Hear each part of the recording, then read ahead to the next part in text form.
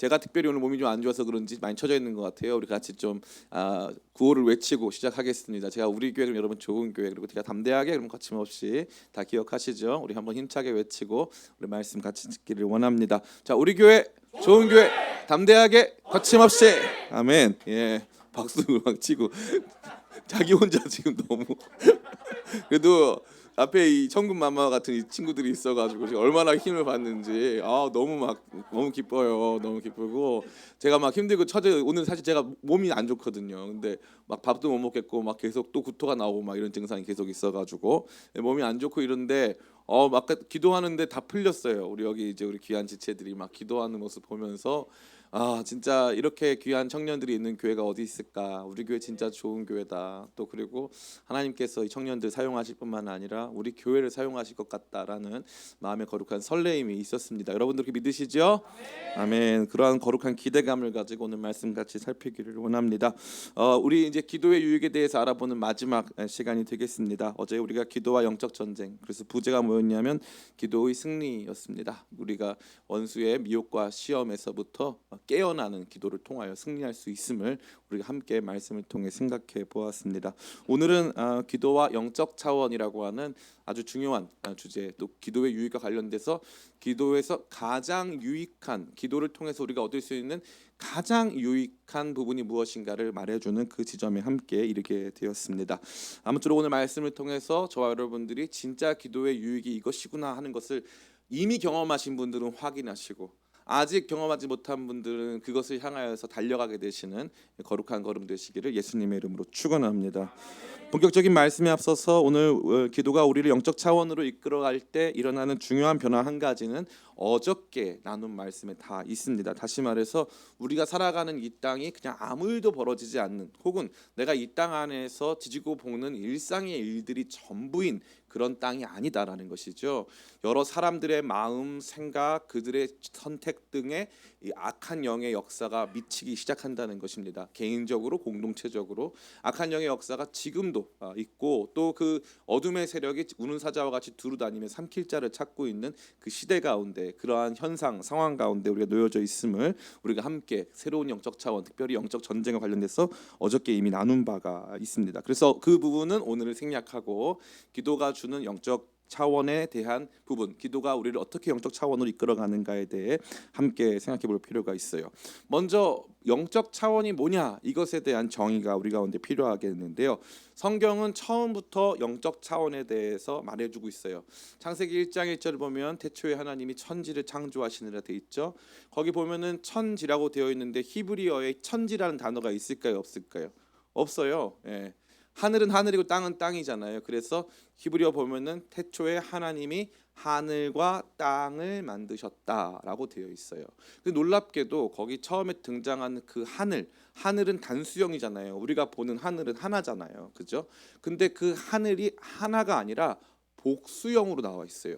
그래서 하나님이 태초에 하나님이 감사합니다. 이 개척 멤버는 혹시 알아요? 여기 제가 뭐가 불편한지를 정확해요. 갑자기 귀가 뚫리고 갑자기 영적 차원으로 들어간 것 같아요. 너무 귀합니다. 예. 네, 그래서 태초에 천지를 창조하셨다라고 되어 있는데 그 천이, 우리는 천지가 합쳐서 하나인데 거기는 따로예요, 따로. 그래서 하늘들과 땅을 창조하셨다는 거예요. 땅은 단수로 되어 있고 하늘은 복수로 되어 있어요. 그러면 왜 이런 일이 벌어졌을까요? 우리가 생각하는 하늘은 영어로 뭐라고 합니까? 스카이라고 하죠. 스카이는 눈에 보이는 저 파란색 하늘을 말하는 거예요. 그런데 이 여기서 말하는 그 하늘은 스카이가 아니에요. 뭐라고 하냐면 헤븐이라고 그래요. 헤븐. 천상의 세계를 의미하는 거죠. 눈에 보이는 하늘들 위에 그 하늘들. 그래서 이 고린도 후서에 보면은 사도 바울이 자기가 3층 천에 올라갔다, 세 번째 단계에 이르르는 하늘에 이르렀다라고 표현하고 있죠. 그러니까 이것이 성경이 보는 관점이에요. 다시 말해 물리적 세계의 하늘 넘어 영적 세계의 하늘이 존재한다. 영적 세계의 하늘이 물리적으로 존재하느냐? 아니에요. 영적 세계의 하늘은 볼 수도 없고 만질 수도 없어요. 그러나 영적 세계, 다시 말해 이 물리적 세계를 넘어선 하늘이 물리적 세계를 넘어선 또 다른 세계가 존재한다라는 것입니다. 그러니까 영적 차원이 존재한다는 것이죠. 즉 우리가 육신의 눈이나 감각기관으로 느낄 수 없는 천상의 영역 안에서 일어나는 일들, 천상의 영역 안에서 지상의 영역을 바라보는 관점과 평가 등이 존재한다. 다른 두 세계가 있으니까 이 세계, 다시 말해 이 땅의 세계보다 더 높고 더 중요한 세계가 있고 그 세계 안에서 우리를 바라보고 그 세계 안에서 일어나는 일들이 우리의 세계에 영향을 미치는 이와 같은 천상과 지상의 상호 관계가 있다 이 말이죠. 그래서 이 그 베드로 성당에 가 보면은 베드로가 손에 열쇠를 몇 개 쥐고 있는 줄 아세요? 2개를 쥐고 있어요. 예, 2개. 그래서 하나는 네가 땅에서 풀면 하늘에서 풀리고 하늘에서 풀면 땅에서 푼다. 이렇게 해가지고 열쇠를 2개 가지고 있는 거예요. 그래서 땅과 하늘이라고 하는 이 두 가지 이 개념이 성경에 처음부터 끝까지 등장하는 개념입니다. 그러니까 영적인 세계가 실존한다라는 것이죠. 그래서 참 흥미로운 점이 있는데 우리는 지상에 사는 지상의 크리에이처, 우리 지상의 피조물들이 있잖아요. 지상의 피조물. 그런데 천상에도 피조물이 있을까요, 없을까요? 그렇죠. 뭐가 있죠? 천사. 우리 박수 한번 쳐주세요. 우등생. 여기 그러니까 아무나 앉는 자리가 아니에요. 제가 보니까 여기 다 우등생만 앉았어. 진짜. 예, 우리 안병희 집사님부터 다 이렇게 예체능 계열. 예. 다 이렇게 다 우등생만 앉았어. 얼마나 귀한지 모르겠어요. 근데 바로 그거예요. 천상의 세계의 피조물은 천사예요. 그리고 지상의 세계의 핵심 피조물은 바로 인간입니다. 근데 놀랍게도 성경에서 기도와 천사가 연결될 때가 너무나 많은 거예요. 그래서 기도할 때 천사가 왔다. 천사가 와서 너의 간구함이 들렸다. 이러한 종류의 기도와 천사가 연결되는 지점이 너무나 많은 거예요. 그러니까 우리가 볼 수 없고 감각할 수 없는 우리가 살고 있는 물리적 세계 이면에 자리한 더 중요한 세계가 존재하는데 그 세계와 이 땅과의 접촉점이 기도에 있는 것이고 그 기도를 통해서 천사가 실제로 우리의 이 지상 세계 안으로 들어오고 진입하고 역사하고 하는 일들이 일어난다 이 말이에요. 그러니까 천상이 지상으로 침투하고 지상에서의 기도자가 천상의 능력을 경험하는 가장 중요한 핵심적인 통로가 바로 기도라는 것을 성경은 처음부터 끝까지 말해주고 있다 이 말이죠. 너무너무 중요한 거예요. 우리 제가 이것 드릴 말씀이 너무 많은데 다니엘이 기도할 때 오늘 말씀을 같이 보니까 이렇게 되어 있어요. 곧 내가 기도를 시작할 즈음에 명령이 내렸으므로 이제 내게 알리러 왔느니라. 그럼 무슨 명령이에요? 가라. 가브리엘 가가지고 다니엘한테 얘기해줘라. 해가지고 다니엘이 기도할 때 천상에서 가브리엘이 왔다 이 말이죠. 너무너무 기가 막힌 장면이지 않습니까? 이뿐만 아니라 누가복음에서 사가랴가 기도를 하고 있는데 갑자기 천사가 나타나가지고 너의 간구함이 들렸는지라고 말씀하시면서 엘리사벳, 다시 말해 세례자 요한이 어머니인 엘리자벳이 임신할 것을 말씀해 주죠. 그 사가랴가 기도할 때 일어나는 일이거든요. 뿐만 아니라 사도행전에서 보면은 고넬료라고 하는 이 백부장인데 로마인 백부장인데 이 사람이 너무 경건한 사람이에요. 그런데 이 사람이 이 가이사랴라고 하는 지역에 있었는데 거기서 기도하고 있을 때 제9시 기도 시간에 갑자기 천사가 딱 임하더니 내가 너의 선행과 너의 기도를 들었노라라고 말하면서 고넬료에게 가가지고 욥바라고 하는 도시, 가이사랴 인근에 있는데 욥바라고 하는 도시에 가서 베드로를 데려와라라고 얘기를 하거든요. 그리고 베드로가 와가지고 베드로는 재밌는 게 기도는 이 사람이 고넬료가 그러니까 9시인데 우리나라 시간으로 치면 낮 3시예요. 낮 3시. 기도는 낮 3시에 했는데 베드로한테는 이 낮 6시에 그러니까 정오죠. 12시. 낮 12시에 환상이 들어옵니다. 환상이 들어와요. 그래서 이방인이 너 불러도 너 같이 가가지고 이방인도 구원받을 수 있으면 선포해라. 기도는 한마디로 기도가 더 늦게 했고요. 환상이 더 먼저 임했어요. 그래가지고 준비시키셨어요. 그래가지고 이 기도 시간에 환상 고넬료한테는 기도 시간에 주시고 베드로한테는 정오에 주셔서 사람을 딱 보냈더니 사람 보내는 시간이 있잖아요. 사람 보내는 시간 동안 베드로가 준비돼 있어서 출발한 거예요. 기가 막힌 거죠. 하늘의 일들이 이 땅에서 만나는 그 지점에 천사가 있다 이 말이에요. 이와 관련된 가장 분명한 내용은 계시록 8장 4절입니다. 같이 한번 읽어볼까요? 계시록 8장 4절 같이 읽습니다. 시작. 향연이 성도의 기도와 함께 천사의 손으로부터 하나님 앞으로 올라가는지라. 아멘. 기가 막히죠. 향연이 뭐냐면은 이 성전 그 성막 안에 지성소 안에 이 분향단이 있어요. 아름다운 냄새를 나게 하는 분향단이 있는데 이 분향단이 언제나 성도의 기도를 의미하거든요. 근데 이 분향단의 연기, 향의 연기잖아요. 향의 연기가 이렇게 올라가는데 그냥 올라간 게 아니라는 거예요. 천사가 그걸 하나님께 올려드린다 이 말이죠. 그러니까 천사는 그러한 종류의 매개적 역할을 하고 있다라는 겁니다.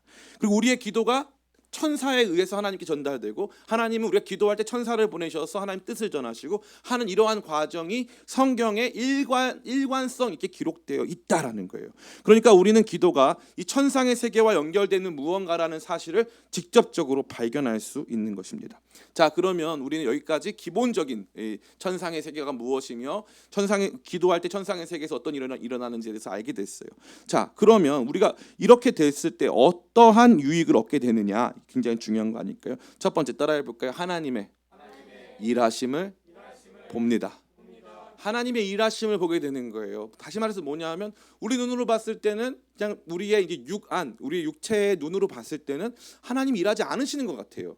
하나님의 역사가 안 보여요. 세상이 더 세 보인다 이 말이에요.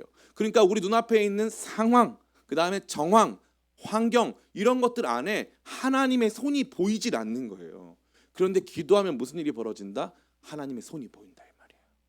하나님이 역사하시는구나. 하나님이 붙잡아 주시는구나. 하나님께서 나와 함께 하시는구나. 기도를 통해서 이것을 경험하게 되는 거예요. 다시 말해 천상의 세계에서 일어나고 있는 하나님의 역사. 이 역사는 이 히스토리 할 때 역사를 말하는 게 아니에요.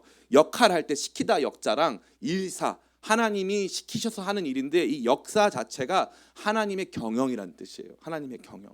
하나님께서 세상을 경영하시는 하나님께서 군주를 세우고 낮추고 뭐 사람을 높였다 낮췄다 하나님께서 이 사람을 사용했다 저 사람을 사용했다 하시는 모든 과정을 기도하는 사람들은 보게 된다 이 말이에요. 이게 너무나도 기가 막힌 거예요. 오늘 우리가 같이 읽은 말씀은 다니엘서 말씀입니다. 이 다니엘은 어디 살았습니까? 세 글자인데 비비리을 어디죠? 바벨론. 진경점에 잘합니다. 네, 아주 좋아요. 잘 맞추고 있어. 대단합니다. 바벨론에 살았어요. 이 다니엘서의 주제가 뭐냐면 사람들은 다니엘서의 주제가 다니엘인 줄 알아요. 아니에요. 다니엘서의 주제는 다니엘이 아니에요. 사람들이 그걸 너무 모르는 거예요. 다니엘서의 주제는 보이지 않는 하나님의 나라예요. 왜 이게 중요하냐면 다니엘은 원래 예루살렘의 고위 귀족 가문의 일원이에요. 그래가지고 BC 605년에 느부갓네살의 첫 번째 침공 때 첫 번째 이 포로로 끌려옵니다. 엘리트 청소년이었죠. 끌려왔는데 원래 다니엘은 예루살렘에 살았기 때문에 자기가 살아가는 그 땅 자체가 하나님의 나라예요. 왜요? 성전이 있죠. 날마다 거기서 예배드리죠. 그리고 거기 제사장들이 있잖아요. 자기 친한 제사장도 있었을 거 아니에요. 그죠? 자기 가족들이 그 땅에 이제 중요한 귀족 가문이니까 자기 이 주변에도 굉장히 많은 제사장들이 있단 말이에요. 예배드리죠. 그다음에 율법 배우죠. 그들의 모든 학문이 다 율법과 연관이 돼 있잖아요. 그런데 너무 놀라운 게 뭐냐면은 다니엘이 그 하나님의 나라에서 뽑혀가지고 바벨론에 왔네요. 이 바벨론은 계시록 끝까지 세상 나라의 중심을 의미하는 거예요. 그래서 세상 나라의 중심으로 딱 와봤어요. 거기 성전이 있습니까? 없어요. 예배 있습니까? 없어요. 십계명 있습니까? 없어요. 달라요. 하나님께서 원하시는 삶의 라이프 스타일이 있습니까? 없어요. 바벨론 스타일만 있는 거예요. 거기에서 다니엘은 이제 더 이상 그전에는 보이는 하나님 나라에 살았는데 이제는 보이지 않는 하나님 나라에 살아가는 거예요. 그때 왕들이 등장하죠. 그래서 다니엘서의 특징은 뭐냐면 이 궁정 이외의 배경은 없습니다. 다니엘서는 딱 궁전에서 일어나는 일만 보여주는 거예요. 그럼 궁전에서 누구와 관련된 일? 왕들과 관련된 일. 위대한 왕 네부카드네자르 왕 이런 왕들 있잖아요. 느부갓네살 왕 이런 사람들이 하나님이 한번 엎어치고 뒷퍼치면은 갑자기 미치기도 하고 병도 걸리고 이 사람이 하루아침 벨사살 왕 같은 사람은 하루아침에 쫓겨나는 거예요. 나라가 바뀌어요. 그래서 그 제국의 중심에서 우리는 그 황제들이 세상을 다스리는 줄 알았는데 황제가 막 바뀌고 막 갑자기 반란이 일어나고 전쟁에서 패배하고 하면서 이 바벨론 제국이 영원하지가 않은 거예요. 대신에 성도들이 왕노릇하는 하나님의 나라의 영광을 환상 속에서 하나님께서 다니엘에게 계속 보여주세요. 나라들은 계속 망하는데 다니엘에게 보여주신 하나님의 나라는 계속 흥왕한다 이 말이에요. 그렇게 그걸 계속 보여주시는 거예요. 다니엘서를 바로 그 관점으로 읽을 때만 뚫리는 거예요. 다르게 읽으면 이거밖에 없어요. 다니엘이 신앙적인 결단을 하니까 하나님이 함께 하셔서 거기서도 지켜주시고 사자굴에서도 지켜주셨다. 그러니까 우리의 신앙적 결단을 잘해야 된다. 그 말도 맞지만 더 자세하게 보면은 다니엘에게 보여주신 게 뭐냐면 다니엘아 하나님 나라 안 보이는 것 같지? 바벨론이 훨씬 세 보이지? 아니야. 왕들도 다 죽어. 시간이 지나면 왕권도 다 없어지는 거야. 국가도 망하는 거야. 그런데 하나님의 나라는 영원한 거야. 이 얘기를 들려주고 싶으신 거예요. 이거를 정확하게 봐야 된다는 거죠. 그럼 다니엘은 어떻게 이걸 보게 됐을까요? 제가 오늘 시간 관계상 다 읽지 않았는데 다니엘서 6장에 보면은 다니엘을 음해하려고 하는 사람들이 다니엘이 이제 너무 총망받고 이렇게 왕한테 이쁨을 받으니까 다니엘이 절대 할 수 없는 일, 다시 말해 기도를 멈추게 하는 일에 대해서 이제 조서를 내리게 합니다. 그래서 이 왕의 신상 외에 그 어디에서도 절하지 말아라 라고 하는 조서를 내리고 일부러 다니엘이 걸리게 하죠. 그런데 다니엘이 어떻게 합니까? 그 조서가 내려온 줄 알고도 그는 하루에 3번씩 기도합니다. 똑같이 기도하는 거예요. 똑같이. 그게 뭘 보여주냐면 다니엘의 삶을 보여주는 거예요. 다니엘은 기도하는 사람이었다. 기도하는 사람. 기도하는 다니엘에게 하나님께서 앞으로 일어날 일들에 대해서 계속 말씀하세요. 어떤 나라가 세워지고 어떤 나라가 무너지고 며칠이 지나면 무슨 일이 벌어지고. 그럼 다니엘이 이거 다 이해했을까요? 못했을까요? 못했습니다. 이해 못했어요. 다 깨닫지 못했어요. 그러나 계속적으로 하나님께서 하나님의 역사를 계속 보여주세요. 재밌는 게 뭐냐면은 다니엘이 살아있는 동안 왕들이 4명인가 5명 바뀌어요. 근데 다니엘은 안 바뀌어. 다니엘은 궁전 중심에서 계속 똑같이 있는 거예요. 정치 일선에서 쭉 살아가는 거예요. 왕들은 바뀌고 나라는 바뀌었는데 다니엘은 그대로예요. 다니엘은 하나님 나라 백성의 표본이에요. 표본. 영원한 하나님 나라 속에서 세상 권세 다 바뀌어도 누구도 무너뜨릴 수 없는 영원한 하나님 나라의 표본을 보여주고 있다는 거죠. 이게 바로 기도하는 사람이 경험하게 되어지는 하나님의 역사와 일하심이다라는 것입니다. 제가 최근에 같이 교제하게 된 우리 파리 제1장로교회 이번 주 주일에 원래 오시기로 돼 있었는데 코로나가 걸리셨어요. 그래가지고 저는 그래서 개인적으로 이번 주 주일날 설교를 한번 드려도 되는구나라고 했다가 안 되는구나 해가지고 다시 설교를 계속하기로 했습니다. 여러분들 얼마나 지루하실까요? 몇 날 며칠을 들으니까 굉장히 지루하실 것 같은데 아우 감사합니다. 달라졌어요. 이게 앞자리 앉더니 달라졌어. 예체능 1등 달라졌어. 달라졌어요. 그래가지고 이제 그 목사님이랑 얘기를 하는데 목사님이 그러시는 거예요. 이 목사님이 파리제 장로교회라는 교회를 담임하면서 이 프랑스에서 일어나는 일들을 보잖아요. 그러면은 어떤 지역에는요 경찰이 못 들어가요. 왜냐하면은 거기는 뭐 알제리 이민자들, 아프리카에서 온 브로건 이민자들이 그 마을을 점령하는데 애를 몇 명씩 낳냐 하면 최소 5명씩 낳는 거예요. 거기는 프랑스 말도 안 통하고 거기서는 자기들끼리 경찰을 뽑아요. 종교 경찰을. 그래가지고 자기들끼리 종교 경찰을 뽑아가지고 자기 이 마을 안에 있는 이 사람들이 이슬람 율법 샤리아법에 따라 잘 사는가를 판단하는 거예요. 거기 경찰이 들어가잖아요. 그러면 그 사람들이 자체 무장을 하고 있다가 경찰하고 싸웁니다.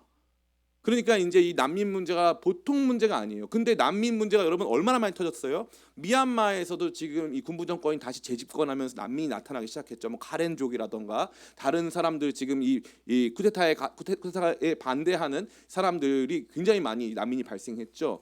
거기뿐만이 아니라 또 어디서 난민이 발생했습니까? 아프가니스탄 탈레반이 재집권하면서 난민이 발생했잖아요. 벌써 탈레반 재집권한 지가 1년이 좀 넘었는데 벌써 수만 명이 죽었다고 하더라고요. 어마무시한 사람들이 막 도망을 쳐요. 막 도망을 칩니다. 시리아가 엄청난 상황에 놓여져 있죠. 시리아가. 그리고 지금 러시아 우크라이나 전쟁을 하면서 우크라이나 피난민들 내려가 있죠. 우크라이나 피난민들만 거의 800만 명 정도 된다 하더라고요. 전 세계에 이게 막 왔다 갔다 막 하는 거예요. 근데 이 목사님이 딱 기도를 해보니까 하나님께서 지금 이 시대에 이슬람 장벽을 허무시는구나. 그 전까지는 이분이 못 보셨던 거예요. 그런데 기도하니까 이슬람 장벽을 통과를 못하는 거예요. 아프가니스탄 어떻게 들어갑니까? 어떻게 통과합니까? 그 사람들이 나오는 거예요. 우리는 거기를 들어가려고만 했는데 하나님이 그 땅을 팍 치시니까 그 땅에 사람들이 어마어마한 사람들이 나와요. 그러면 그 사람들 전도하기가 쉬울까 어려울까요? 쉬워요. 그 일을 하고 있는 분이 누굽니까? 우리 스완지에 계신 양은직 선교사님. 제가 얘기 들어보니까 무슬림이었던 사람들이 그렇게 개종을 많이 하는데요. 원래 거기서 이제 나누는 작은 모임이 있었는데 그게 50명, 60명, 70명씩 넘어가고 있다는 거예요. 자기들은 무슬림인데 그냥 교회로 나온대요. 그냥 하나님께서 이슬람 장벽을 무너뜨리셨다는 거예요. 그래서 그 사람들이 크리스찬으로 바뀌면 무슨 일이 발생해요? 자기 땅이 다시 회복됐을 때 들어가면 크리스찬으로 들어가는 거예요. 만약에 그 사람들이 이 외국에서 1세대 이상, 2세대 이상 살았어요. 2세대 이상 산 다음에 다시 자기 나라 재건하러 돌아갔어요. 그 사람들은 여기서 크리스찬이 돼서 들어가는 거예요. 자기 아들 때까지. 이건요 아무나 할 수 있는 일이 아닌 거예요. 누가 이걸 보기 시작한 거예요? 기도하는 사람들이 보기 시작하는 거예요. 우리가 그동안요 지난 90년대부터 지금까지 이 너무 놀라운 게 첫 번째는 뭘 열어달라고 했냐면 주님 저 대륙을 열어달라고 그랬어요. 중국 대륙을. 중국 대륙이 열렸습니까? 안 열렸습니까? 열렸어요. 열려가지고 중국 14억 인구 중에 2억 명 가까이가 크리스찬이에요. 그래서 공산당 정권이 그거 막으려고 지금 막 교회 막 무너뜨리고 난리 났잖아요. 이 너무너무 놀라운 거예요. 기도하니까 열려버려요. 기도하니까. 그리고 이 철의 장막과도 같았던 이 무슬림 장벽 그거 못 넘는다 생각했어요. 사람들이. 그 사람들은 절대 믿을 사람들이 아니다. 근데 거기 너무 놀라운 게 자기들끼리 싸우잖아요. 지금 제전쟁 위협이 높은 나라가 이란과 사우디예요. 이란과 사우디. 전쟁하면 큰일 납니다. 지금 이란에서도 엄청난 시위가 일어나고 있죠. 히잡 시위라고 하는데 수만 명이 죽었어요. 지금 벌써. 웬만한 사람 다 끌려가가지고 거기 지나가는 사람도 총으로 쏘고 막 그래요. 그래서 우리 광화문에서도 지금 이란을 위해서 시위하고 있지 않습니까? 박시마 목사님이라고 여자분이신데 이란 분이세요. 이란 여자분이신데 온누리교회에서 이란어 예배를 인도하시는 분이에요. 그런 분이 계시더라고요. 그분이 나가가지고 이 시위를 우리나라에서 이 이란의 자유를 달라는 시위를 광화문에서 하고 계세요. 옛날엔 꿈도 못 꿨던 일들이죠. 그런 사람들이 지금 다 서방 세계로 또 언젠가 우리 보면 아시겠지만 지난번에 우리가 아프가니스탄 기적 헌금했을 때 그 사람들이 한국 땅에 나와가지고 이제 그 아이들이 학교 들어가죠. 그러면 걔네들 친구들이 걔네 전도할까 안 할까? 전도해요. 걔 중에 한두 명 반드시 믿는다고요. 왜냐면 우리 기도했으니까. 하나님 역사가 보이는 거예요. 그 전까지는 그런 거 하나도 안 보였단 말이에요. 그 전까지 우리의 눈에는 어떠냐면은 교회가 다예요. 우리 교회 그리고 우리 목사님 이게 다란 말이에요. 그래가지고 우리 교회 잘 되는 거, 우리 목사님 뭐 어떻게 해서 축복받고 뭐 이게 다였단 말이에요. 근데 기도하는 사람들은 갑자기 열방이 보이기 시작하고 하나님 일하시는 것들이 보이기 시작하면서 야 이거 기가 막히네. 하나님이 저길 여셨네. 하면서 막 감동하는 거예요. 우리가 기도했던 거 막 이루어졌다고. 어마어마한 변화가 일어나는 거죠. 너무너무 재밌어요. 한류는 어떻습니까? 한류. 여러분 한류 어떻게 생각하세요? 한류. 지금 막 BTS가 열풍을 일으키고 했죠. 근데 재밌는 게 뭐냐면 한류도 안 좋은 거 있거든요. 아이돌 그룹이 다 건전한 건 아니에요. 그런데 외국에서 유명한 팀들은 주로 다 건전한 팀이에요. 건전한 팀 그나마. 그래서 그쪽 사람들이 어떻게 인식하냐면 미국 문화는 외설적이고 미국 문화는 자극적이지만 한국은 예의범절이 있고 한국 문화는 건전하고 온 가족이 같이 즐길 수 있는 문화다. 그래서 그것을 다 수용하는 분위기예요. 그래서 이슬람권에서도 이제 이 K-팝 축제, K-드라마 축제 막 엽니다. 그 이상하죠. 전 세계에서 문화적으로 유일하게 메시지를 가진 것처럼 여겨지는 게 한류예요. 그러면 이걸 한류 덕분에 누가 제일 덕을 많이 봤을까? 1번 BTS랑 그다음에 JYP, SM 받았어요. 그 사람들 빌딩도 세웠어요. 저기 용산에 빌딩 세웠어요. 하이브 빌딩 세웠어요. 거기 참 신기해요. 제가 초등학교 때 맨날 놀러 다니던 데인데 거기에 막 외국인 친구들이 늘상 앉아 있더라고요. 신기합니다. 그걸로 혜택 제일 많이 받은 사람 누구냐면 선교사님들이에요. 선교사님들.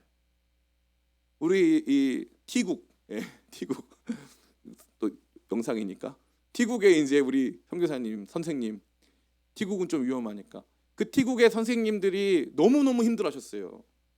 그랬는데 지금은요 거기에 큰일 날 뻔했다. 정우이가 알아서 잘 지워주세요. 그 T국 이거 잘해야 돼. 그 T국에서 선교가 안 돼서 너무 힘들었어요. 청년들이 모여야 되는데 안 모인다고. 그래서 우리 팀에서도 와달라고 막 했는데 너무 재밌게도 걔네들이 크리스찬이 돼가지고 자기들끼리 자기네 현지인들이 믿음의 공동체를 만들 걸 누가 상상이나 했냐 이 말이에요. 아무도 상상 못했어요. 근데 그 영향이 뭐다? 한류 때문이에요. 아마 전 세계적으로 선교사님 모아놓고 지금 21세기 선교에 제일 큰 도움이 된 게 뭐냐? 대한민국의 산업 발전 그것도 한 축을 담당합니다. 그러나 한류. 그럼 여러분 한류 어떻게 설명할 거예요? 왜 전 세계가 다 딱지치기를 하고 있냐고요? 왜 전 세계 사람들이 다 무궁화 꽃을 피웠습니다를 하고 있냐고요? 우리 육신의 눈으로 봤을 때는 그냥 그런 현상이 벌어진 걸로 보이지만 기도하면서 믿음의 눈으로 보면 하나님께서 행하시는 일들이에요. 저는 이게 너무 신기한 거예요. 너무 신기한 거예요. 여러분 보세요. 미국에서 나온 영화를 보고 사람들이 영화 재밌다고 하는 사람은 있어도 미국 사람들처럼 미국 게임 막 많이 하고 이러지 않아요. 근데 저는 너무 때로는 속상한 게 딱지치기는 제 추억의 게임인데 왜 니네가 하냐고요. 그렇지 않아요? 아니 우리는 진짜 그 뽑기를 진짜 해봤던 사람들인데 당신네들은 그런 아저씨도 없으면서 왜 하냐고, 그죠? 근데 이상해요. 한국을 그렇게 좋아하는 거예요. 한국에 대한 이 기대 심리가 커지고 있는 거죠. 이러한 하나님 나라의 원대한 일들에 대해서 눈이 열리는 거예요. 눈이. 기도하지 않으면 이런 거 안 보이고 관심도 없어요. 근데 기도하니까 보이는 거예요. 뭘 위해서 기도하는데요? 세계 선교를 위해서.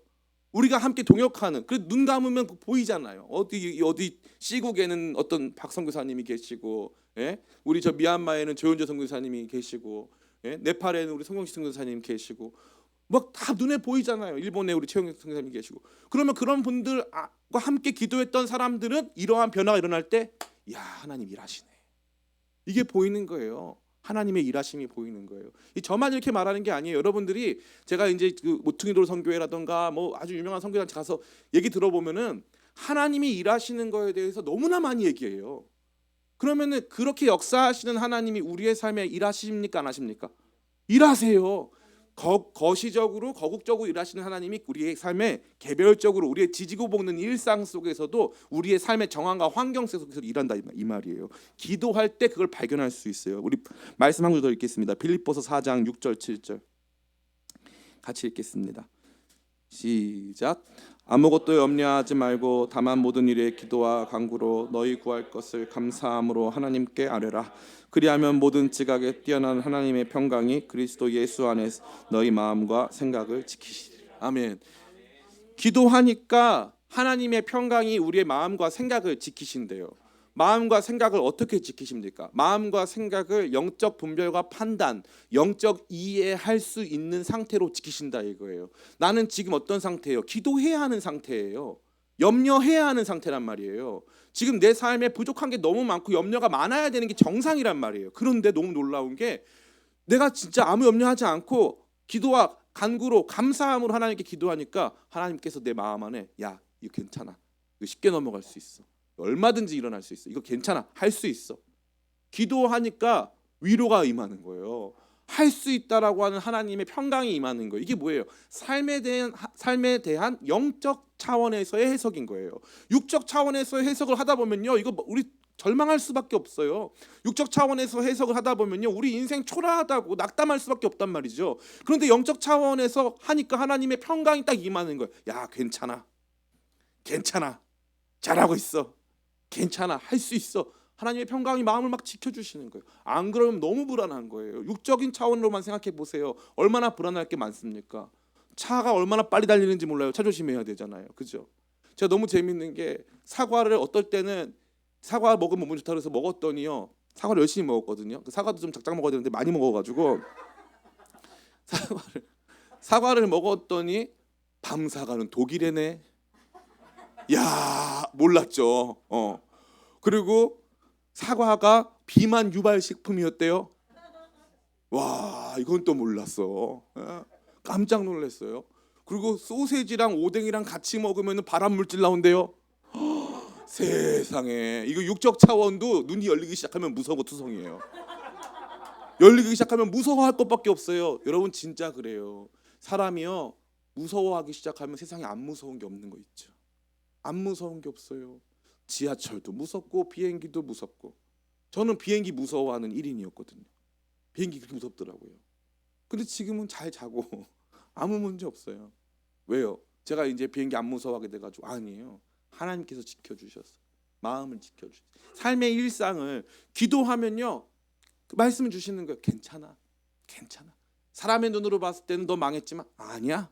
걱정하지 마. 마음과 생각을 염려 근심으로 떨어지지 않도록 지키시면서 영적 차원으로 생각하고 해석하게 하시는 거예요.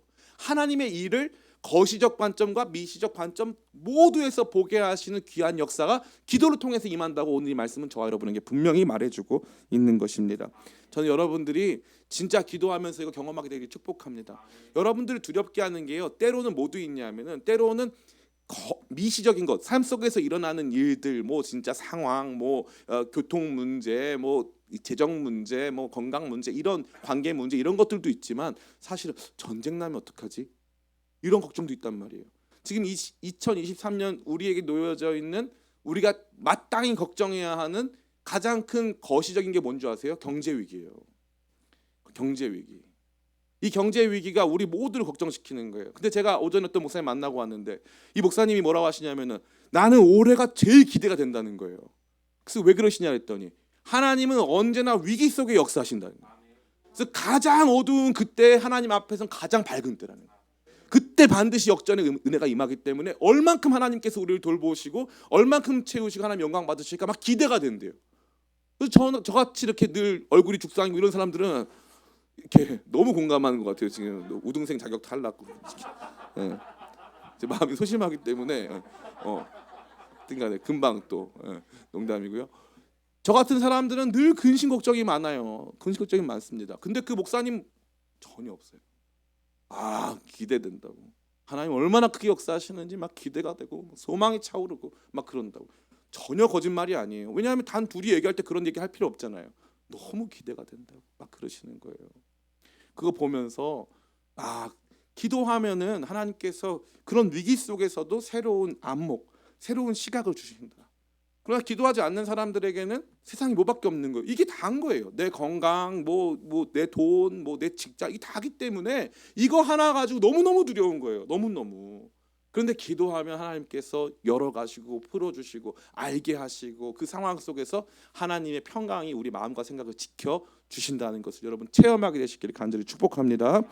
기도가 이러한 영적 차원으로 저와 하나님의 일하심을 보게 하는 영적 차원으로 우리 이끌어가는 것을 체험하시길 간절히 축복합니다. 두 번째입니다. 기도는 따라해볼까요? 하나님의 분별과 판단을 알게 한다. 예, 우리가 살면서 이게 좋은 건지 나쁜 건지 모를 때 있잖아요. 그죠? 이렇게 취하는 게 좋은 건지 나쁜 건지 좋은 제안이 왔단 말이에요. 근데 이게 좋은 건지 나쁜 건지 우리가 잘 모른다고요. 하나님께서 원하시는 건지 아닌 건지 모른다는 거예요. 우리는 대부분 어떻게 선택하냐 하면 따라해볼까요? 산대로. 예, 살아왔던 대로 판단하고 선택하는 게 우리란 말이에요. 근데 그렇게 하는데 하나님께서 기도하면은 갑자기 우리한테 그것을 새롭게 바라보게 하시고 하나님은 다르게 생각하시고 하나님은 그 일을 다르게 분별하신다고 하는 지혜를 주시는 거예요. 지혜를. 우리 말씀 같이 한번 읽어봤으면 좋겠습니다. 사도행전 11장 1에서 10절까지 말씀 제가 한 절 여러분이 한 절 나누어 교독하여 보겠습니다. 유대에 있는 사도들과 형제들이 이방인들도 하나님의 말씀을 받았다 함을 들었더니 이르되 내가 무할레자의 집에 들어가 함께 먹었다 하니 이르되 내가 욥바시에서 기도할 때에 황홀한 중에 환상을 보니 큰 보자기 같은 그릇이 내 귀에 매어 하늘로부터 내리어 내 앞까지 드리워지거늘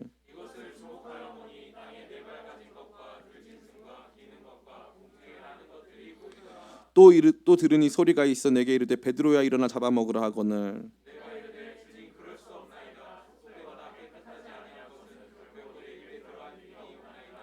또 하늘로부터 두 번째 소리가 있어 내게 이르되 하나님 깨끗하게 하신 것을 내가 속되다고 하지 말라 하더라. 같이 읽습니다.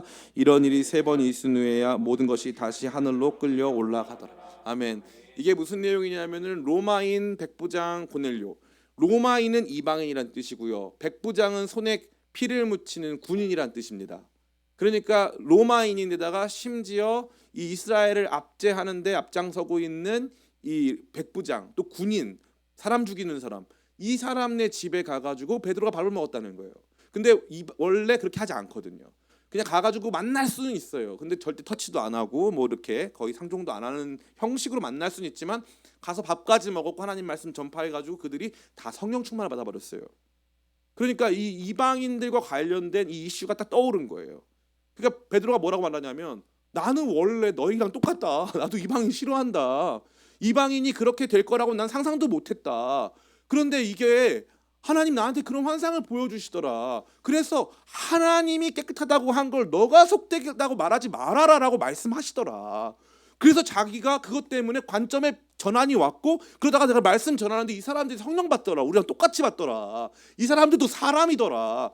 그거를 발견한 거예요. 자기가 평생 가져왔던 잘못된 인식의 변화가 찾아왔다 이 말이죠. 찾아왔다. 이 얼마나 기가 막힙니까? 예? 이게 저와 여러분들의 삶을 바꾸는 거예요. 그동안 우리는요 나라고 하는 작은 삶의 울타리, 어떻게 보면은 이게 진짜 우물과도 같이, 우물한 개구리와도 같이 이걸 전부로 알고 살아왔던 거예요. 신앙적으로든 세상적으로든 뭐든지 간에. 그런데 하나님께서 갑자기 우리의 시선을 확대시켜 주시는 거예요. 그거 괜찮아. 그렇게 해도 괜찮아. 그거 하나님께서 속되다고 하신 거 아니고 깨끗하다고 하신 거야. 제가 예전에 이제 이 간증 제가 종종 또 드렸는데, 예전에 우리 쉐이커스가 예배팀을 할 때 홍대에서 우리 한 장로님이, 여자 장로님이 진짜 지하에 엄청나게 좋은 연습실 60평 정도 되는 연습실 빌려주셨어요. 월세 50만 원에 빌려주셨어요. 얼마나 좋으냐면은 우리나라에 아주 유명한 뭐 인디에서 제일 유명한 밴드가 와가지고 우리한테 5천만 원 줄 테니까 바꾸자고 그렇게 할 정도였어요. 그리고 나중에 그 우리가 이제 그 너무 안 돼가지고 거기를 이제 넘겼어요. 우리 다음 팀한테. 그 다음 팀이 노라조라는 팀이었어요. 노라조. 근데 너무 재밌는 게, 알고 여담인데 그 노라조에 잘생긴 형제가 있어요. 이혁 형제라고. 이제 와서 계약을 해야 되니까 이제 이혁 형제가 왔단 말이에요. 그리고 그때 처음 들었는데 옛날에 교회 다닌 적이 있대요. 왜냐하면 건물주가 교회 다니는 사람이니까 이제 잘 보이려고 이혁 형제도 그렇게 얘기하더라고요. 근데 가서 딱 두 분이 이제 만나게 하고 저는 중간에서 중재를 하고 계약을 진행하려고 하는데 이제 우리 장로님이 너무 잘생기셨다. 연예인이신가 봐요. 이렇게 했더니 근데 이제 이분이 예, 저희 그 밴드입니다. 그래서 밴드 이름이 어떻게 되세요? 그랬더니 노라조라고요. 이렇게 말씀을 드렸더니 모르니까 가만히 계신 거예요. 예, 이렇게 가만히 있는 거예요. 그러니까 너무 제가 중간에서 난감했었던 그런 날이 있었어요. 근데 그 연습실이 있었거든요. 연습실에 있는데 우리가 이제 우리 회비도 충당할 겸해서 그걸 이제 종종 많이 빌려줬단 말이에요. 연습실 크니까 빌려줬는데 하루는 누가 예약을 해서 왔는데 키가 우리 이창원 집사님만 해요. 그런데 하이힐을 신고 왔어요. 덩치도 이창원 집사님만 해요. 미니스커트를 입고 왔어요. 그러니까 이게 어떻게 된 거냐면은 이분들은 연습하러 온 게 아니라 촬영을 하러 왔대요. 근데 무슨 촬영인지를 모르겠고 저희는 이제 방음을 해야 되니까 창문이 없단 말이에요. 그럼 시간을 정해서 그분들이 거기서 아무거나 촬영하고 가야 되는데 그 누가 봐도 조금 이렇게 미심쩍단 말이에요. 너무 미심쩍을. 근데 제가 그때 무슨 생각을 했냐면은 이 연습실을 하나님께서 우리 찬양하라고 빌려주셨는데, 정말 저렴한 금액에 찬양하라고 빌려주셨는데 이거를 우리가 이런 사람들한테 빌려줘도 될까 막 이런 생각을 한 거예요. 근데 저 사람이 여기 들어오는 것조차 싫은 거죠, 제가. 근데 하나님이 그때 저한테 음성을 들려주시는 거예요. 요한아, 사도행전에서 처음 구원받은 사람, 처음 구원받은 이방인이 누구야? 저한테 물어보시더라고요. 근데 제가 에디오피아 내시요 그랬거든요. 에디오피아 내시가 처음 구원받았거든요. 이방인이면서 내시기 때문에 성적인 그게 잘못된 사람이잖아요. 근데 그게 율법에 보면은 이 어려운 표현인데 그 성기가 상한 사람은 성전에 들어올 수가 없거든요. 하나님 백성이 될 수가 없어요. 그런데 거기서 빌립 사도가 말씀 전하고 세례를 줘버려요. 주님이 저한테 이런 말씀하시더라고요. 어쨌건 돈 받고 빌려주는 거니까 그 사람이 왔으니까 그 사람도 사람이잖아. 그리고 그런 조약이 없잖아. 그런 규정이 없잖아. 그러니까 일단 받아라. 그리고 너 기도해라 옆에 가서. 그런 사람도 구원받을 수 있다. 그런 사람도 구원받을 수 있어요. 동성애가 죄지만 구원받을 수 있어요. 예수 그리스도의 보혈은 모든 죄를 씻어요. 그렇기 때문에 동성애자도 동성애가 옳다고 말한 것도 아니고 동성애가 죄가 아니라고 말한 것도 아니에요. 그러나 우리도 다 거짓말하고 다 죄 짓고 살잖아요. 더 나쁜 살인죄 저지른 사람도 있단 말이에요. 그런 사람들도 예수님 믿고 구원받을 수 있습니다. 오직 성령 회방죄 빼고는 예수님 믿고 씻김 받지 못할 죄가 없어요. 그날로 제 안목을 완전히 바꿔주셔가지고 그런 사람들 보면 마음에 긍휼을 주시는 거예요. 긍휼을. 여기 남산에 소홀로 있지 않습니까? 소홀로. 여기 소홀로 지금은 많이 안 보이는데 밤 12시부터 새벽 2시까지 보면요. 예쁘장한 사람들이 여기 길에 서 있어요. 예쁘고 야한 옷을 입고 저 남산에 서 있단 말이에요. 남산에. 그 사람들이 다 누구냐? 남자예요. 전원 남자입니다. 다 트랜스젠더 아니면 그냥 남자. 그 사람들이 거기 다 서 있어요. 제가 올라오면서 엉엉 울면서 기도하면서 왔어요. 주님, 이 나라 이 민족을 불쌍히 여겨주시고 저 영혼들을 불쌍히 여겨주세요. 그 사람들은요, 자기가 그렇게 완전한, 제가 어떻게 말씀드린 영적 전쟁 핵심이 미혹과 시험이라고 그랬단 말이에요. 미혹을 받아서 그런 시험 속에 자기를 그 세계 안으로 집어넣은 사람들이란 말이에요. 사단의 영향 아래 사단이 완전히 그들의 생각과 마음과 그들의 삶 전체를 완전히 지배하고 있어요. 그 사람들이 너무나 불쌍한 거예요. 저는 그런 사람이 아닌데, 그런 걸 불쌍히 여길 줄 아는 사람이 아니란 말이에요. 저는. 근데 하나님께서 저로 하여금 보게 하시는 거예요. 그 사람들도 변화돼서 예수 그리스도 안에서 하나님 자녀 될 수 있다. 그 마음을 딱 주시는데, 기도하면 그런 것들이 달라 보이기 시작한다 이거죠. 이게 비단 제가 말씀드린 그냥 극단적인 그런 사람들만의 이야기일까요? 아니에요. 우리 생각에는 전혀 가치 없는 사람들, 우리 남편, 우리 자녀들, 예? 남편 있어요? 남편 없어요? 전에 너 남편 5명 있었지만 지금 있는 사람도 너 남편이 아니니 뭐 이런 건가요? 예. 뭐 우리 생각에는 전혀 이 사람들 안에 가치가 없다. 나를 힘들게 하는 사람들이다. 내 인생에 이 사람이 와가지고 나 너무 괴롭다 했던 그런 모든 사람들 있죠. 하나님 말씀하시는 거예요. 내가 그 사람들 사랑한다는데 네가 무슨 상관이야. 그걸 보게 하시면서 우리가 기도를 통해서 하나님이 보시는 관점과 판단을 보게 된다는 거예요. 한 구절 더 같이 보겠습니다. 사도행전 9장 11절 12절 앞에 화면이 있어요. 같이 보겠습니다. 시작. 주께서 이르시되 일어나 직가라 하는 거리로 가서 유다의 집에서 다섯 사람 사울이라는 사람을 찾으라. 그가 기도하는 중이니라. 그가 아나니아라는 사람이 들어와서 자기에게 안수하여 다시 보게 하는 것을 보았느니라 하시거늘. 아멘. 이건 이중적인 구조인데, 아나니아에게 성령께서 말씀하시기를 가서 사울이라고 하는 사람을 찾아서 그에게 안수해줘라.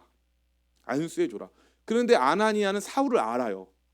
사울이 여기 왜 왔냐 하면은 자기처럼 예수님 믿는 사람 잡아다가 깜빵에 쳐넣고 처형하려고 온 사람이 사울이란 말이에요.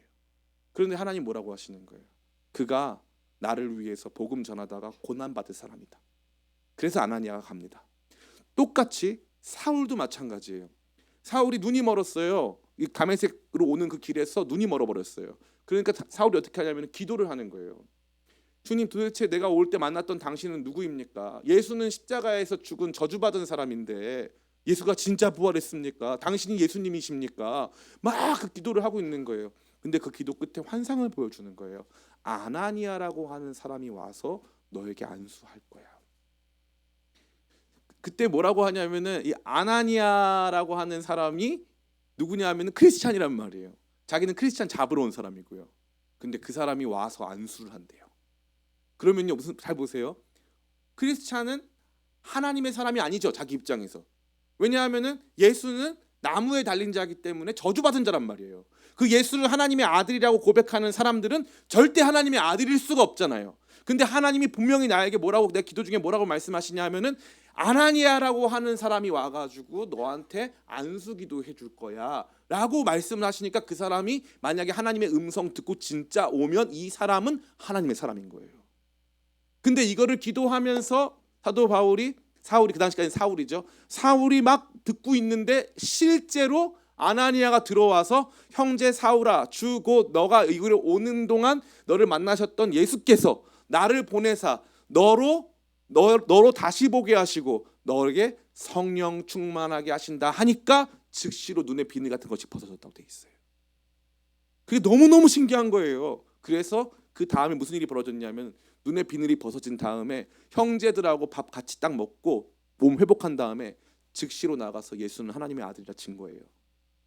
그 모든 것이 그 거룩한 확증이 나의 판단, 나의 분별, 나의 생각을 넘어서는 하나님의 판단, 하나님의 분별이 말씀 속에서 특별히 기도 가운데 강력하게 임하는 것을 그가 경험했다 이 말이에요. 사랑하는 성도 여러분, 우리의 삶을 가장 위협하는 요소가 뭔지 아세요? 잘못된 경험으로 축적된 자기만의 판단이. 이게 전부고 이게 최고고 이러면 끝나고 이런 판단들. 근데 기도하니까 하나님 그 판단을 바꾸시는 거예요. 우리로 하여금 다시 보게 하신다는 거죠.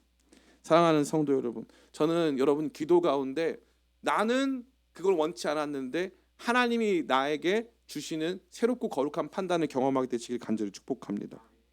이와 관련돼서 꼭 드려야 될 너무나도 중요한 예화가 있어요. 제가 2006년도에 여기 있는 우리 최혜선 자매랑 같이 이제 쉐이커스 단체를 만들었어요. 만들어 가지고 이제 연습실을 이제 해야 되는데 우리 같이 뭔가를 해야 되는데 이제 그 김장훈 씨 어머니 되시는 김성애 목사님이 저희를 불러 주셔 가지고 예배를 하다가 연습실을 구하게 됐어요. 근데 이제 제가 말씀드린 그 장로님이 이제 그 홍대 오피스텔을 가지고 계시니까 그것도 참 드릴 말씀이 많은데 오피스텔을 가지고 계시니까 거기 이제 부탁을 드렸죠. 근데 그 장로님이 정중하게 거절하셨어요. 여기는 들어올 사람이 있고 다른 교회도 들어온다고 했는데 내가 일단 보류시켰기 때문에 여기는 안 될 것 같다고 딱 이렇게 옷을 박으신 거죠. 그랬는데 다음날 아침 7시에 전화가 왔어요. 다음날 아침에 이분이 새벽 기도를 한 번도 걸으신 적이 없는 분이에요.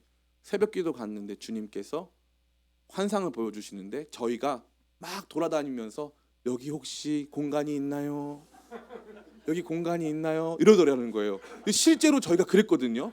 그 전날에 홍대에서 어려운 표현으로 뺀지 먹고 삼각지 와가지고 엄청 돌아다니고 있었어요. 그러고 있었는데 환상 속에 하나님께서 내 종들이 너 때문에 방황한다고. 내 종들이 너 때문에 방황한다고. 그래가지고 아침 7시에 전화 와가지고 들어오라고, 빨리 들어오라고. 그래가지고 거기 공사비 저희가 모아놓은 돈은 900만 원밖에 없는데 거기도 보증금 빵원이죠. 저는 보증금 늘 빵원만 내요. 네. 보증금 빵원 내고 월세 50만 원 냈는데 공사비는 2천 몇백만 원 나왔는데 장로님 우리는 900만 원밖에 없어요. 아휴, 그냥 빨리 들어와 그래가지고 들어와가지고 그 공사 다 하고 거기서 이제 시작한 거예요. 저는 그런 걸 너무 많이 겪었어요. 기도하니까 하나님 마음을 바꾸시는 거예요. 판단을 바꾸시는 거예요. 너가 봤을 때는 그냥 아무도 아닌 청년들 같아 보이지만 그 귀한 사람들이야. 그 사람들 잘해줘야 돼 라고 하나님이 말씀하시는 거예요. 여러분이 기쁨의 교회도 여러분에게 그러한 역사 있게 간절히 바랍니다. 사실 제가 우리 교회 좋은 교회 이거 외치잖아요. 이게 저한테 좋으라고 제가 여러분 막 조종해가지고 막 이렇게 막 가스라이팅 막 해가지고 여러분들을 막 몰래 꼬드겨가지고 막 어떻게 뭐 괴롭히고 막 빼먹으려고 제가 자 우리 교회 뭡니까 좋은 교회 막 무의식적으로 세뇌시키려고 제가 그렇게 하는 거예요. 그렇게 하는 게 아니잖아요. 다 아시잖아요. 그렇게 할 수도 없고. 근데 왜 그러냐면은 어떤 사람들은 똑같이 기쁨의 교회 나오는데 우리 교회 진짜 좋아. 이런 사람들이 있어요. 기도하면 우리 교회 참 좋은 교회라는 확신이 들어오는 거예요. 하나님이 이 교회가 얼마큼 좋은지 아름다운지에 대해서 말씀하시는 거죠. 그런데 이 기도하지 않는 사람들은 이게 뭔가 이게 교회 안에서 불편한 게 너무 많은 거예요. 그리고 뭔가 여기가 나는 이거 안 좋은 것 같아. 이런 마음도 많이 드는 거죠. 물론 우리 교회가 실제로 그렇게 안 좋은 교회일 수도 있어요. 그런데 저는 제가 지금까지 살아오면서 많은 교회를 다녀봤는데 많은 교회를 다녀보고 정말 많은 말씀을 같이 듣고 나누고 해봤지만 우리 기쁨의 교회 같이 이렇게 건강하고 좋은 교회가 흔하지가 않습니다. 하나님께서 기뻐하시는 교회예요. 다양한 세대들과 다양한 출신의 사람들이 같이 모여가지고 이렇게 만들어가고 있는 너무나 좋은 교회 아닙니까? 기도하는데 만약에 여러분에게 하나님께서 그런 사인을 주신다, 이 교회 너무 좋은 교회다. 그러면 그때부터 뭐 공간, 뭐 환경 이런 거보다 우리 교회가 가지고 있는 이러한 모습 안에서 너무 감사하고 만족하게 되는 거 아닐까요? 그러니까 기도가 하나님의 분별과 판단을 우리 가운데 주는 거예요. 내 육신의 판단, 내 경험의 판단, 내 살아온 삶에 대한 삶을 통한 판단이 아니라 영적 판단이 임하게 하는 가장 중요한 통로가 바로 기도다라는 것을 여러분 깨달으시기 간절히 축복합니다. 마지막 세 번째 따라해 볼까요? 기도하면 하나님의 마음을 안다. 이게 영적 차원에 있어서 마지막 단계입니다. 첫 번째는 하나님 역사를 안다. 하나님의 판단과 분별, 그것을 안다. 세 번째, 하나님의 마음을 안다 이거예요. 고린도후서 12장 8에서 9절. 우리 이 말씀만 끝나고 같이 기도하겠습니다. 고린도후서 12장 8에서 9절 같이 읽습니다. 시작. 이것이 내게서 떠나가게 하기 위하여 내가 3번 주께 간구하였더니 나에게 이르시기를 내 은혜가 내게 족하다. 이는 내 능력이 약한 데서 온전하여짐이라 하신지라. 그러므로 도리어 크게 기뻐함으로 나의 여러 약한 것들에 대하여 자랑하리니 이는 그리스도의 능력이 내게 머물려 함이라. 아멘. 사도 바울은 제가 지난번에도 말씀드린 바와 같이 자신의 삶에 있는 연약함에 집중하고 있었어요. 자기가 아무리 말씀을 잘 전하고 또 바르게 전한다 할지라도 내가 가지고 있는 이 질병이 사람들의 마음에는 마치 사탄의 모습과 똑같이 보일 수 있겠다. 내가 하는 것, 내가 특별히 말씀 전하고 하는 일의 권위를 손상시키고 내가 하는 일에 대해서 사람들이 거부감을 가질 수가 있겠다라고 하는 생각이 늘 있었어요. 그래서 하나님께 3번에 걸쳐서 기도를 합니다. 주님, 저 이거 낫게 해주세요. 제 사역에 방해됩니다. 낫게 해주세요. 꼭 주님 이 부분에 대해서 신경 써주세요. 제가 저 좋으려고 하는 게 아니잖아요. 제 육체의 가시 주님 걷어가 주세요. 너무 괴롭고 너무 힘들어요. 사람들에게도 덕이 안 되고 저도 권위가 서지 않아서 너무 괴롭습니다라고 3번을 작정하고 기도를 합니다. 우리는 어디까지만 하냐면은 여기까지만 하는 거예요. 나에게 이르시기를 내 은혜가 내게 족하다. 그러니까 맞다. 하나님께서 우리가 아까 2번째 했던 하나님의 판단과 분별, 하나님 시선에서 보는 나의 삶에 대해서 생각해 보니까 저울질을 해봤더니 내 안에 있는 육체의 가시 사탄의 사자와도 같은 이 연약함보다 내가 받은 은혜가 더 크구나. 여기까지가 우리가 그동안 이 말씀에 대해서 받아온 거예요. 근데 하나님이요, 여러분, 하나님의 응답이 생각보다 길게 임하는 경우가 별로 없거든요. 근데 이 뒤에 보세요. 이 뒤가 은혜예요. 나에게 이르시기를 내 은혜가 내게 족하도다. 그 다음이 이는 나의 능력이, 하나님의 능력이 약한 데서 온전하여 짐이라. 이게 뭔지 아세요? 하나님의 설명이에요. 하나님의 설명. 이 하나님의 설명이 왜 필요할까요? 나한테 설명이 필요하거든요. 왜 내 삶에는 이런 것이 없는지, 왜 내 인생에는 이렇게 힘든 일밖에 없었는지 나한테는 설명이 필요하거든요. 하나님이 어떻게 하시는 거예요? 설명해 주시는 거예요. 네가 약한 이유는 네가 내 능력의 통로가 돼야 하는데 네가 나의 능력의 통로가 되기 위해서 내가 어쩔 수 없이 너를 완벽하고 강한 존재로 만들 수가 없어. 네가 약할 때 나의 능력이 나타나기 때문에 그래야 온전해지는 거야. 하나님의 설명이죠. 그럼 이 설명 뒤에는 뭐가 있어요? 하나님의 미안한 마음이 있는 거예요. 기도할 때 이거를 경험하게 되는 거예요. 내가 그래서 그렇게 한 거야. 내가 너를 통해서 역사할 때 이 부분은 이럴 수밖에 없어 라고 하나님의 설명이 임한 거예요. 그럼 무슨 일이 벌어지는 줄 알아요? 하나님의 설명이 딱 임하고 나니까 여기 보니까 그러므로 도리어 크게 기뻐함으로 나의 여러 약한 것들에 대하여 자랑하리니 이는 그리스도의 능력이 내게 머물게 하려 함이라. 아멘. 하나님의 설명이 임하니까 하나님께서 너 왜 그거 내가 안 줬냐 하면서 하나님이 하나하나 설명해 주시니까 그래야 너를 통한 나의 능력이 온전해질 수 있기 때문이야라고 하나님이 설명해 주신 거예요. 3번 작정하고 기도한 그에게 그의 기도를 응답하지 않으심이 아니라 하나님은 그 기도에 대해서 응답하시되 설명하시고 하나님의 마음을 보여주신다 이거예요. 그러면 우리가 누릴 수 있는 가장 고차원적인 영적 시선, 영적 안목이 뭐냐면 하나님의 마음을 보는 거거든요. 하나님이 나한테 나 나쁘게 하려고 내가 죄를 지어가지고 내가 하나님 앞에서 예쁜 사람이 아니어서 이렇게 하신 게 아니구나. 하나님 나를 통해서 역사하시려고 했던 거구나. 그러면 받아들여지는 거예요. 그러면 받아들여지는 거예요. 기도하면 이게 벌어진다는 거죠. 우리가 같이 좀 이따 같이 부를 찬양인데 제가 가사 읽어드릴게요. 나 가진 재물 없으나, 나 남이 가진 지식 없으나, 나 남에게 있는 건강이 있지 않으나, 나 남이 없는 것 있으니, 나 남이 못 본 것을 보았고, 나 남이 듣지 못한 음성 들었고, 나 남이 받지 못한 사랑 받았고, 나 남이 모르는 것 깨달았네. 공평하신 하나님이 나 남이 가진 것 없지만 공평하신 하나님이 나 남이 없는 것 갖게 하셨네.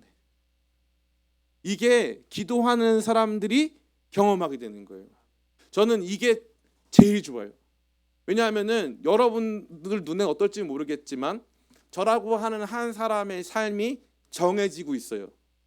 이제 제가 죽을 때 되면은 저는 정해진 모습으로 저 사람은 목사다. 저 사람은 뭐 이렇게 살았다. 제가 꿈꿔왔던 저의 삶이나 제가 기대했던 저의 삶과는 굉장히 다른 모습으로 제가 원했던 기대치가 이만큼이라면 거기에 현저히 못 미치는 수준으로 제 삶이 끝나버릴 수 있다라고 하는 두려움이 임하는 거예요. 나는 그렇게 열심히 살았지만 내 자녀들은 예수님 잘 안 믿어. 나는 그렇게 열심히 살았지만 내게 주어주신 것은 너무 작아. 내게 돌아온 보상이라고는 사실 별로 없어. 그래서 나 너무 힘들어. 나 그래서 너무 외로워. 하나님께 조금 섭섭해. 이런 마음이 여러분의 삶 속에서 있을 수 있다 이 말이에요. 그런데 어느 날 어느 시점에 기도를 했는데 하나님께서 말씀하시는 거예요. 내 은혜가 너에게 족하지 않느냐. 이는 나의 능력이 너의 약함에서부터 비롯되기 때문이야. 너는 나의 능력을 드러내는 완전한 그릇이야. 하나님, 저 이렇게 자격이 없는데요. 저 이렇게 막 간질을 하고 저 이렇게 얼굴이 이상해가지고 사람들 앞에 설 때마다 부끄럽고 제가 가진 이 약함이 없다면 더 잘할 수 있을 텐데요. 그런데 하나님이 뭐라고 말씀하시는 거예요? 그래야 내가 역사할 수 있어. 하나님의 설명이 임하는 거예요. 하나님의 설명이. 제가 이거 말씀 딱 오늘 깨닫고 쌍꺼풀 수술 포기했습니다. 육체의 가시와도 같았던 눈을 뜬 거냐 감은 거냐 뭐 우리 집사람이 맨날 얘기해요. 눈 뜬 거냐 감은 거냐. 바로 포기했어요. 약한 데서 온전하여지는구나. 약한 데서 온전. 약한 데서. 아니 제가 이제 제 영상을 많이 모니터링 하잖아요. 그럼 제가 얼마나 못생겼냐면은 이제 그 과거 전병 무슨 목사님 있었어요. 그 목사님하고 비슷하게 생긴 것 같아요. 제가 그래가지고 그 목사님 다행히는 아니지만 이렇게 머리가 많이 없으신데,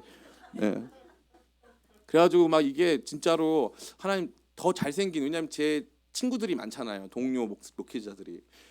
그 중에 이제 인물 잘난 사람들이 너무 많아요. 그리고 방송에 그리고 저랑 이제 같이 청소년 사역 나가면 같이 이제 만나는 분들이 있거든요. 뭐 다니엘 김, 막 몸짱에다가 막 엄청 저랑 동갑이에요. 근데 엄청 결혼도 안 했어. 막 이렇게 잘생기고 막 그 다음에 또 우리 강은도 목사님 막 보면은 막 양복 얼마나 잘 입고 막 그러는데 나는 왜 이럴까 막 이런 생각이 막 들어요. 근데 이제 이 말씀 듣고 약한 데서 온전하여짐이라. 더 약해지진 않을 건데. 아니 화면빨을 제가 너무 안 봤잖아요, 그렇죠? 그래서 제가 늘 기도 제목인데 여러분도 그래도 양해해 주시길 축복합니다. 그래서 저는 이 말씀이 너무너무 좋았어요. 정말 너무너무 좋았어요. 제 인생이 풀린 것 같았어요. 기도하니까 하나님이 하나님의 마음을 알게 하시더라는 거죠.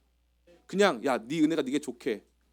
그렇게 받았으면 됐지. 뭘 더 받으려고. 이게 아니라 내가 너한테 왜 그것밖에 못 줬냐면 그래야 네가 온전해지거든. 그래야 내 능력이 너 삶 안에서 아름답게 꼽힐 수 있거든. 하나님의 설명이 임하는 거예요. 그러니까 사도 바울이 괜찮은 거예요. 그러니까 받아들여지는 거예요. 맞아.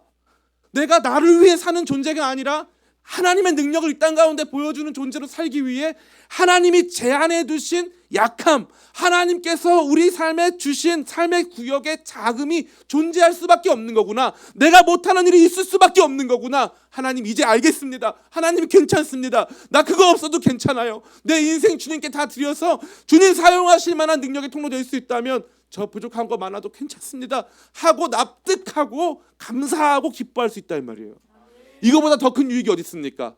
기도를 통해서요 제가 많이 깨닫는 게 있는데 하나님이 세상 만드는 것보다 하나님께서 뭔가 어마어마한 기적을 일으키시는 것보다 번개로 막 나쁜 놈 죽이는 것보다 더 어려운 게 우리 마음 바꾸시는 거잖아요.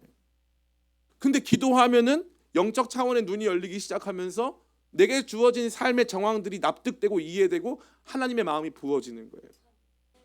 너 이걸 통해서 내가 너한테 할 일이 있는데 너와 비슷한 사람들 품어주고 안아주라고 내가 그렇게 한 거야. 하나님의 설명이 임한다. 와, 저 이 말씀 보고 사도 바울이 3번 기도하고 하나님의 설명이 임한 것만으로 도리어 크게 기뻐하고 나의 약함을 자랑하겠다고 고백하는 거 아니에요? 그거 우리 안에 있어진다면 얼마나 좋겠어요. 남들 없는 거 우리도 없어가지고, 남들 있는 거 우리가 없어가지고 그렇게 힘들고, 다른 사람들은 다 우리 뭐 아주 좋은 거 다 있는데 나만 없다고 생각하니까 너무 괴로웠는데 하나님의 설명이 임하니까 주님 감사합니다. 내 인생 아름답습니다. 나 자랑할 거예요. 주님 나 자랑할 거예요. 이게 진짜 기도하는 사람에게 임하는 하나님께서 보이기 원하시는 영적 차원의 궁극 하나님의 마음인 줄 믿습니다. 이 하나님의 마음을 함께 경험하는 저와 여러분 되기를 예수님의 이름으로 축원합니다. 찬양 한번 부르고